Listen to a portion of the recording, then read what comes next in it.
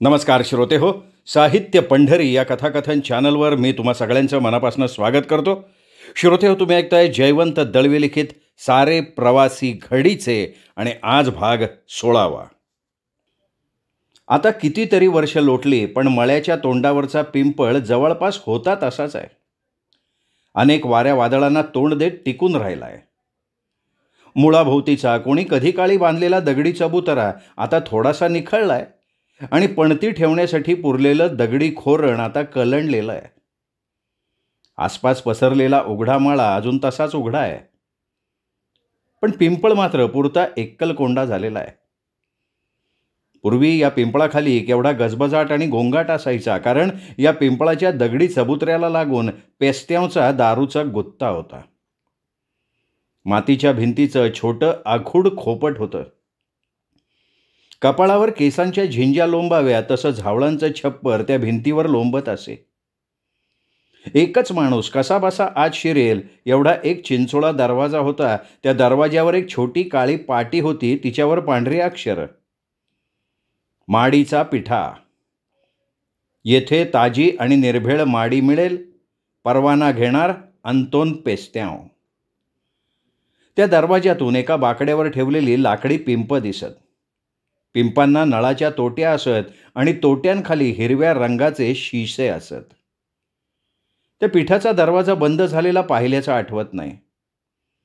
दरवाजाच्या बाहेर कोणी ना कोणी पुढ्यात बाटली आणि छोटा ग्लास घेऊन बसलेला असे. तोंडाची मचमच करत कपाळाला सुरकुत्या घालून पिण्याचं काम चालू असे. पेस्त्यांची बायको लाल चौकडीचं लुगडं नेसून आणि खूपसे दागिने अंगावर चढवून पिंपा शेजारी बसलेली असे.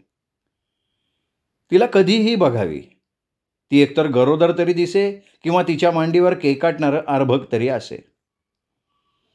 मुसळासारखा तुळतुळीत आणि सडपातळ अंगयष्टीचा पेस्त्याव लाल चौकडीची लंगोटी लावून उघड्यानं गावभर फिरायचा. दुध्या भोपळा पोखरून सुंभात बांधलेले दुधगे डाव्या हातात आणि पसरट पातळ तळपणारी कोयती उजव्या हातात घेऊन तो लगबगीनं चालायचा. त्याच्या गळ्यात सोन्याची साखळी होती. त्या साखळीला सोन्याचा क्रूस लटलट हालायचा. माडाला मुद्दाम पाडलेल्या एकेका खापेवर पाय ठेवत तो मोठ्या चपळाईनं माडावर चढायचा. शेंड्यावर पोचला म्हणजे चुडताच्या पेड्यावर बादशहासारखा बसायचा. पोईवर लटकवलेलं मडकं दुधग्यात ओतायचा, पुन्हा नव्यानं पोयता असायचा. चुडताच्या हिरव्यागार पट्टीनं पोय आवळून बांधायचा आणि पुन्हा वर मडकं लावून ठेवायचा. पांढऱ्या शुभ्र फेसानं काठोकाठ भरलेलं दुधगं घेऊन तो झपाझपा खाली उतरायचा. लगबगीनं पिठ्याकडे धाव मारायचा. त्याच्या साऱ्या हालचालीत एक प्रकारची गती असे. खाली मान घालून तो रस्त्याच्या कडेनं अनवाणी चालायचा. कुणाशी बोलताना किंवा हुज्जत घालताना तो कधी दिसला नाही. दुधगे पिंपात ओतले की पुन्हा बाहेर पडला. दिवे लागणीला पिठ्याच्या बाहेर भिंतीला पाठ टेकून तो उकिडवा बसलेला दिसायचा. हिरव्या पानांचा ऐडबाज पाईप करून धूर सोडण्यात किंवा लाल मण्यांची माळ ओढण्यात दंग असायचा. दिवे लागणीला पिठ्यासमोर तोबा गर्दी उडालेली असे. कुळवाडी, महार, चांभार नाना प्रकारचे लोक आपापली जातपात विसरून पुढ्यात बाटल्या घेऊन बसलेले असत. तिथेच घासलेटाची भगभगती डबडी पुढ्यात ठेवून 2-4 परकऱ्या पोरी भजी, चणे, कुरमुरे घेऊन बसलेले असत. दारुड्या म्हटलं की कुणालाही भीती वाटते. कुणी त्याच्या शब्दावर विश्वास ठेवत नाही, पण पेस्त्यांच्या दारात तो समज खोटा पडे. पेस्त्यांला दिलेला शब्द कोणी कधी मोडला नाही. इतकंच काय, पण चिमुरड्या पोरींची चण्या कुरमुऱ्यांची उधारीसुद्धा कोणी कधीच बुडवली नाही. पिता पिता बडबडण्याचं काम मात्र फार व्हायचं. आवाज चढवून शेकडो रुपयांच्या गोष्टी व्हायच्या. बाबल्या, तू समजा नको हा, बंदे 500 रुपये मोजून औंदा तुकल्याचे बैल घेतलंय, सोडूच आहे नाही. अशी दर रात्री प्रतिज्ञा करून झिलू झेलपाटे खात रस्त्याला लागायचा. तुकल्याच्या किंवा इतर बैलांवर त्याचा डोळा होता, पण पिठ्यातली त्याची प्रतिज्ञा कधीच तडीस गेली नाही. रस्त्यात आमच्यापैकी कोणी कंदील घेऊन जाताना दिसला की शिव्या देण्यासाठी उघडलेलं तोंड मिटून तो कडेला उभा राहायचा. मुंडाशेचं टोक डोळ्यांवर ओढून झेलपटत थांबायचा आणि हात जोडून म्हणायचा, धन्यानू राग इलो, पण तसा काय नाही हा, 9 टक्क्याच्या वरती नाही, झिंगेपर्यंत नाही हो. म्हणता म्हणता तो बाजूच्या गडग्यावर आपटायचा, मग गडग्याच्या दगडावर झेलपाटून आपटलेलो नाही असं भासवण्यासाठी म्हणायचा, शिरा बसू मेल्याच्या तोंडार, मध्ये रस्त्यावर दगड ठेवल्याने, आणि पुन्हा तोल घालवत चालायला लागायचा. पुन्हा दूरवरून शिव्यांचा सणसणीत आवाज ऐकू यायचा. उन्हाळ्याच्या दिवसात घाटावर नारळाच्या गोण्या नेण्यासाठी घाटवाळांच्या 5-50 गाड्या यायच्या.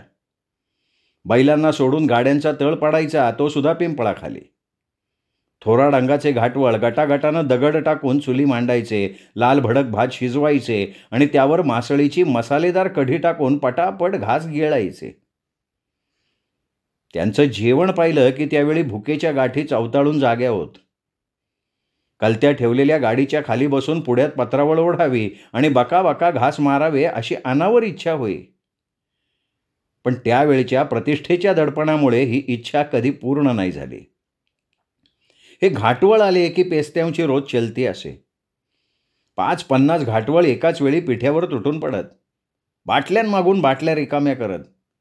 कमी अधिक शब्द कोणाच्या तोंडून ऐकला की आपणास काय कोण कोल्हापूरचा राजा समजतो का रे, असा सवाल टाकून घाटवळ कोकणाच्या अंगावर धावून जायचा. पण पेस्त्याव कधी मध्ये पडताना दिसला नाही. बिचारा कोकण्या मात्र घाटवळाच्या हातच्या 1-2 चपराका खाऊन घाटवळाच्या नादा कोण लागात अशा तत्वज्ञानासकट माघार घ्यायचा. सारे नारळ मोजून गोण्यांनी बैलगाड्या भरल्या की एखाद्या पहाटे घाटवळांचा तळ उठायचा. त्याआधी प्रत्येक गाडीतली एक गोण फोडून प्रत्येक घाटवळ नारळांची बेकायदा उचल करायचा आणि आपापलं खातं फेडून मोकळा व्हायचा. आपली उधारी फेडण्यासाठी पेस्त्यांना कसलीही वस्तू चालत असे. पैशाचा त्यांनी कधीच आग्रह धरला नाही.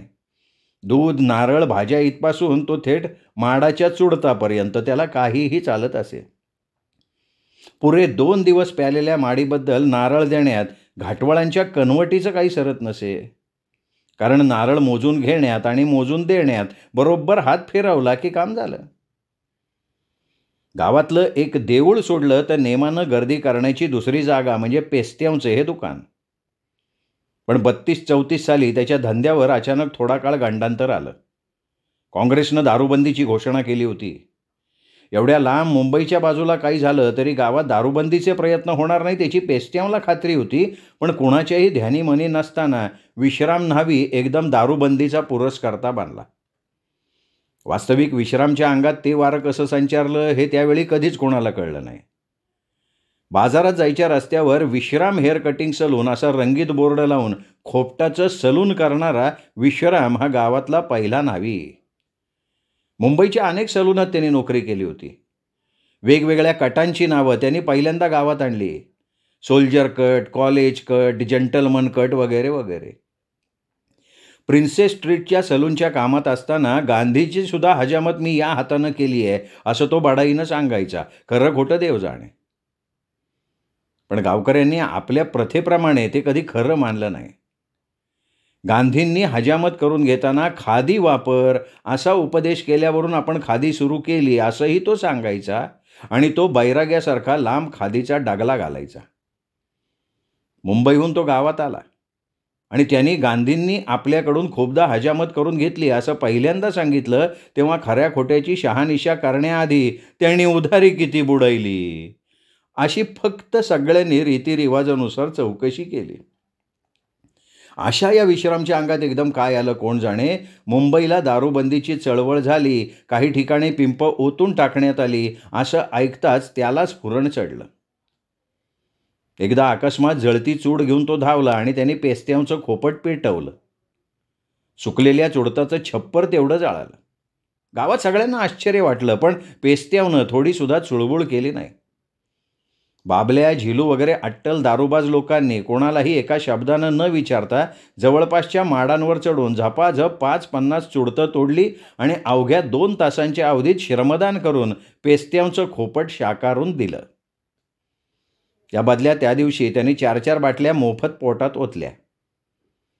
त्यानंतर कुणी सूड उगवला ते कळलं नाही पण दुसऱ्याच दिवशी विश्राम हेअर कटिंग सलून आगीत जळून खाक झालं आणि त्यानंतर अवघ्या 2 महिन्यात खुद्द विश्राम न्हावी पेस्त्यावच्या पडवीत पुढ्यात बाटली घेऊन बसताना दिसायला लागला, पण पेस्त्यावनं त्याला एका शब्दानं हिणवलं नाही. असे कितीतरी चमत्कार त्यावेळी दिसत. नवखा माणूस सुरुवातीला खोपटाच्या आत काळोखाचा आडोसा घेऊन पीत बसे आणि खोपटाच्या मागच्या दारानं बाहेर पडत असे.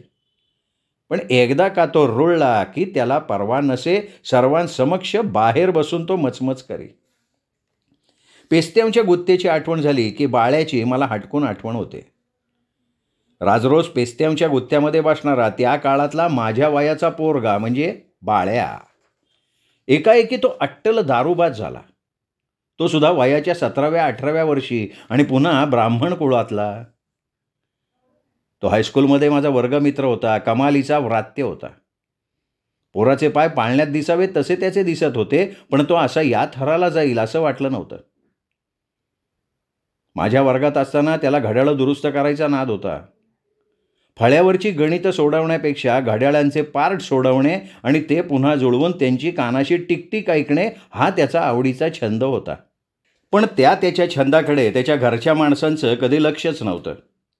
बाळ्यानं शाळेत शिकलं पाहिजे एवढाच त्यांचा हट्ट होता आणि तेवढ्याच हट्टापायी बाळ्या शाळेत येत होता. घड्याळं सोडण्याचा आणि जुळवण्याचा त्याला कसा छंद लागला होता कोण जाणे. त्याला तो छंद कसा लागला याचा कधीच कोणीच विचार केला नाही. त्यावेळी मी त्याचा जीवलग दोस्त, पण मलाही तो विचार कधी सुचला नाही. पण कुणाच्या हातात नवं घड्याळ दिसलं की बाळ्यानं मागून घेतलंच हे अगदी ठरलेलं. घड्याळ घ्यायचं, लगेच खिशातला चाकू काढायचा, चाकूच्या पात्यानं घड्याळाचं मागचं कवच पटकन उघडायचं, आतली बारीक बारीक यंत्र निरखून बघायची, मग चाकूचं पातं जवळ आणून टिकटिक आवाज करत मागे पुढे फिरणारं बारकं छत्र थांबवायचं. हा त्याचा विलक्षण खेळ. चाकूच्या पात्याचा स्पर्शसुद्धा न करता बाळ्या घड्याळ बंद करतो याचं त्यावेळी आम्हाला आश्चर्य वाटायचं. त्याच्या चाकूच्या पात्याला लोहचुंबकाचं पाणी होतं हे आम्हाला नंतर कळालं. सुट्टीच्या दिवसात तर कुणाचं घड्याळ खोलायला मिळावं म्हणून तो अक्षरशः तळमळत असे. वर्गातल्या भिंतीवरच्या घड्याळात बरोबर 2 वाजता 12 ठोके पडतील अशी तजवीज करून त्यांनी पोरांना हसवलं होतं आणि मास्तरांना चिडवलं होतं. तसं त्याचा हस्तलाघव वाखाणण्यासारखं होतं. मग त्यामुळेच तर त्याचं शाळेतनं नाव काढण्यात आलं. एकदा अचानक शाळेचं एकुलते एक घड्याळ बंद पडलं, कारण घड्याळाचा लंबकच हालेनासा झाला. ते घड्याळ मोफत दुरुस्त करण्याची बाळ्यानं तयारी दाखवली आणि ते दुरुस्त केलं सुद्धा. एवढं मोठं घड्याळ खोलायला मिळालं याचा त्याला आनंद झाला, पण मग घड्याळ दुरुस्तीची साधनं जमवण्यासाठी थोडा पैसा पाहिजे हे त्याच्या लक्षात आलं. तो पैसा सोप्या पद्धतीनं मिळवण्यासाठी त्यांनी जी युक्ती केली ती त्याच्या अंगलट आली. एकदा अचानक आमच्या इंग्रजी शाळेच्या घड्याळाचा लंबक नाहीसा झाला. नवा लंबक टाकायला 3-4 रुपयांचा तरी खर्च होता. पण 1 रुपया देत असाल तर सेकंड हँड लंबक टाकतो अशी बाळ्यानं हेडमास्तरांना ऑफर दिली आणि मग खरोखर त्यांनी 1 रुपयात 1 लंबक टाकला, घड्याळ चालूही केलं. त्याचवेळी साहजिकच गावातल्या सार्वजनिक वाचनालयातल्या घड्याळाचा लंबक नाहीसा झाला. तेही कंत्राट बाळ्याने 1 रुपयाला घेतलं. त्यांनी शाळेचा लंबक वाचनालयात टाकला आणि वाचनालयाचा शाळेत टाकला. अशा रीतीनं बिन भांडवली धंद्यातनं त्यांनी 2 रुपये उभे केले. पण लवकरच तो धंदा उघडकीला आला आणि बाळ्याचं नाव शाळेतनं काढून टाकण्यात आलं. तरीही बाळ्या स्वस्थ बसला नाही. समजला आपण 5-25 रुपये कोण देईन तर वाचचे रिपेरिंगचा झकास दुकान काढीन मी बाजारात, असं तो म्हणायचा आणि विचार करत हात चोळायचा. पण त्या काळात बाळ्याला 25 रुपये देतो कोण. पण बाळ्या हातपाय गाळून स्वस्थ बसला नाही. पैसा उभा करण्याची त्याची धडपड अविरत चालू राहिली. त्याच्या या धडपडी मी विसरलेलो नाही, कारण 1-2 लाफड्यात त्यांनी मलासुद्धा गोवलं होतं. दर साल माघ महिन्यात रवळनाथाच्या देवळात जत्रा भरायची. जत्रेचा उत्सव म्हणजे गावातला सगळ्यात मोठा उत्सव. देवळाच्या सभोवार निरनिराळ्या तऱ्हेची दुकानं मांडलेली असायची. आसपासच्या अनेक गावातनं खूप लोक यायचे. कोपऱ्या कोपऱ्यातून अंधारात मेणबत्त्या लावून जुगाराचे अड्डे बसलेले असायचे. या जुगारात बाळ्यानं लक्ष घातलं. एक जुगार असा होता, एका कागदाच्या वर्तुळावर 8 भाग पाडून त्यावर 1 पासून 8 पर्यंत आकडे असत. त्या आकड्यांवर पैसे लावायचे. वर्तुळाच्या मध्यभागी एक उभा तीर टोचलेला असे आणि त्या तीरावर वाटोळा फिरणारा एक लोखंडी काटा असे. 8ही आकड्यांवर पैसे लागले की जुगारी तो काटा वाटोळा फिरवायचा. काट्याचं टोक ज्या आकड्यावर थांबायचं त्याला चौपट पैसे मिळत. बाळ्यानं डोकं लढवलं. पैसे लावून तो काट्याच्या शेजारी उकेडवा बसला.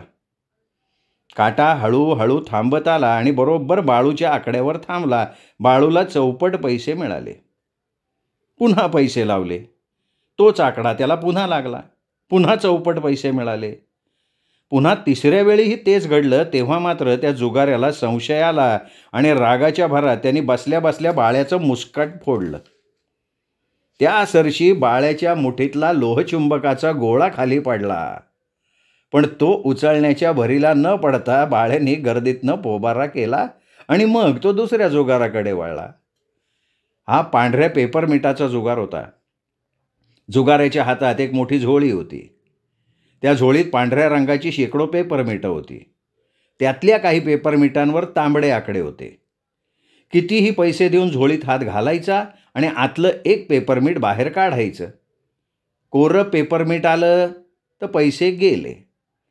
पण आकडा असलेलं पेपरमीट वर आलं तर त्यावरील आकड्याप्रमाणे तेवढे पट पैसे मिळायचे. बाळ्यानं आधी 2-4 पेपरमीटं आकडे टाकून आणली होती. आपण आणलेलं आकड्याचं पेपरमीट 2 बोटात लपवून हा झोळीत घातला, बाहेर काढला, पेपरमीट दाखवलं 10चा आकडा.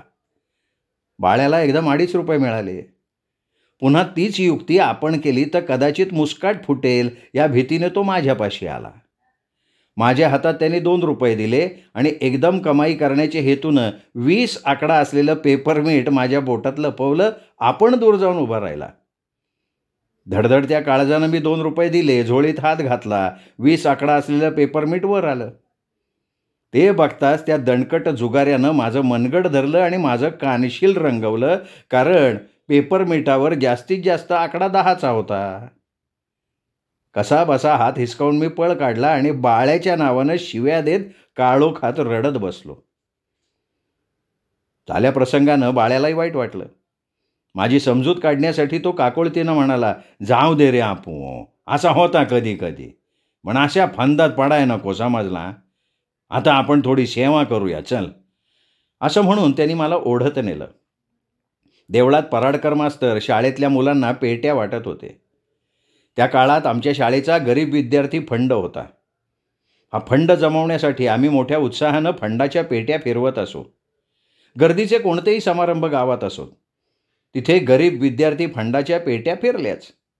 पेटीवर 2 मेणबत्त्या लावून गरीब विद्यार्थी फंडास मदत करा, मदत असा कंठशोष करत आम्ही काही विद्यार्थी जत्रेच्या गर्दीत फिरत होतो. माझ्याकडे 1 नंबरची पेटी होती. माझ्याबरोबर कंठशोष करायला बाळ्या होता. अनेक लोकांच्या पाठीस लागून आम्ही पेटीत पैसे मिळवत होतो. जो पेटीत जास्त पैसे मिळवी त्याला शाळेत समारंभपूर्वक शाबासकी दिली जाई. त्या शाबासकीच्या आशेनं मी पैसे जमवण्यासाठी प्रयत्नांची पराकाष्ठा केली होती.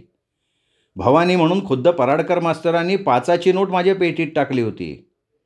पहाटेपर्यंत मी आणि बाळ्यानं घसा फोडून पेटीत 40-50 रुपये जमवले होते. गरीब विद्यार्थी फंडास मदत करा, मदत असं मोठ्यानं ओरडून बाळ्या हळूच म्हणायचा, समजला आपू, मी जरी शाळेचो विद्यार्थी नसलय तरी पोरांचा कल्याण होऊ दे, कसा. दुसऱ्या दिवशी कुलपावरचं सील फोडून मास्तरांच्या समक्ष सर्व पेट्या उघडण्यात आल्या. पण माझी पेटी उघडताच माझा चेहरा खाडकन पडला. माझ्या पेटीत फक्त पैशा आणि डब्बू पैशाचा खुर्दा होता. सगळ्या नोटा गायब झालेल्या होत्या. ते पाहून पराडकर मास्तर एकदम किंचाळले. अरे आपू, तुझ्या पेटीत मी 5ची नोट टाकली होती ना रे. मी निरुत्तर झालो. हे सारं कसं झालं ते मला कळेना. मग बऱ्याच वेळानं माझ्या लक्षात आलं, जत्रा आटोपल्यावर पहाटे आपणहून मागे लागून बाळ्या माझ्या घरी झोपायला आला होता. पुढे ते प्रकरण पैसे भरून आबांना मिटवायला लागलं. मी चौकशीसाठी बाळ्याच्या घरी गेलो, पण बाळ्याचा पत्ता नव्हता. त्या दिवशी तो गावातनं निसटला. तो कितीतरी दिवस मला पुन्हा दिसलाच नाही.